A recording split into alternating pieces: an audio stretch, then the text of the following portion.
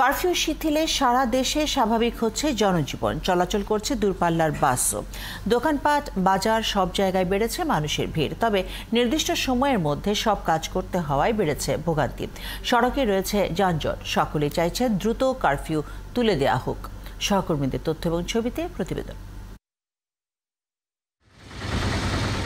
ময়মনসিংহে কারফিউ শিথিলের সাথে সাথে বাড়ে কর্মব্যস্ত মানুষের চলাচল। সেই সাথে সড়কে তৈরি হয় যানজট। অফিসগামী মানুষ বলছেন, সকালে তীব্র যানজট, দুপুরে স্বস্তি, বিকেলে ভোগান্তি। এই অবস্থার মধ্য দিয়েই যাচ্ছেন তারা। অল্প সময়ের ভিতরে হ্রাস হয়ে যাচ্ছে, সবাই বের হচ্ছে, জাম তৈরি হচ্ছে। বৃষ্টি যদি আগের অবস্থায় চলে তাহলে যানজট একটু কমবে, নিরসন হবে, যে মানুষের মোটামুটি চলাচলের একটু সুবিধা হবে। নেত্রকোনায় কারফিউ শিথিলের মাঝেও নিরাপত্তার স্বার্থে টহল দিচ্ছে সেনাবাহিনী। এতে এখানকার মানুষের মাঝে কমেছে আতঙ্ক। রাস্তা ক্লিয়ারই আছে, যাত্রী সংখ্যা কম। আমরা তো ফেটে কি দেয় আমরা মরি, কিন্তু আমরা তো ইনকাম ঠিক নেই ভাই। চট্টগ্রাম নগরীতে আসা যাওয়া করছে পণ্যবাহী ট্রাক, পিকআপ ও যাত্রীবাহী বাস। মহাসড়কেও চলছে দূরপাল্লার যানবাহন। জনগণ যদি কষ্ট থাকে তাহলে সরকার কি করবে? আস্তে আস্তে শিথিল হচ্ছে, জনজীবনেও একটা স্বস্তি ফিরছে।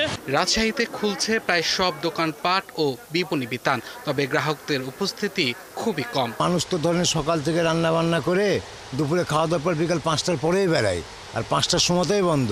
তা আমরা চাচ্ছি আমাদেরকে সময়টা বাড়িয়ে দিক, সন্ধ্যা 8টা বন্ধ করে দিক। রংপুরে ব্যবসা প্রতিষ্ঠানে নেই কাঙ্ক্ষিত ক্রেতা, এতে ক্ষতিগ্রস্ত হচ্ছেন ব্যবসায়ীরা। আমাদের ব্যবসার অবস্থা কঠিন খারাপ, কয়দিন থেকে আমরা বসা। বরিশালে অভ্যন্তরীণ ও দূরপাল্লার বাসের সাথে সাথে চলছে লঞ্চও। স্থানীয়রা বলছেন, কারফিউ শিথিল হওয়ায় অনেক মানুষ ঘর থেকে বের হচ্ছেন। খুলনায় আইন শৃঙ্খলা পরিস্থিতির উন্নতি হয়েছে। এই অবস্থায় কারফিউ তুলে নেওয়ার দাবি জানিয়েছেন অনেকে। কিছুটা স্বাভাবিক হয়েছে, এখন আগে তো গাড়ি ঘোড়া ছিল না, এখন গাড়ি ঘোড়া কিছু চলতেছে, লোকজন বের হয়েছে রাস্তায়। ফরিদপুরে স্বাভাবিক হচ্ছে জনজীবন। গুরুত্বপূর্ণ মোড়ে পুলিশের চেকপোস্টে করা হচ্ছে তল্লাশি। নরসিংদীতে জীবিকার তাগিদে ঘর থেকে বের হচ্ছেন সাধারণ মানুষ। দোকানপাট খোলায় ফিরেছে কর্মচাঞ্চল্য। আব্দুল আল মামুন, ৭১।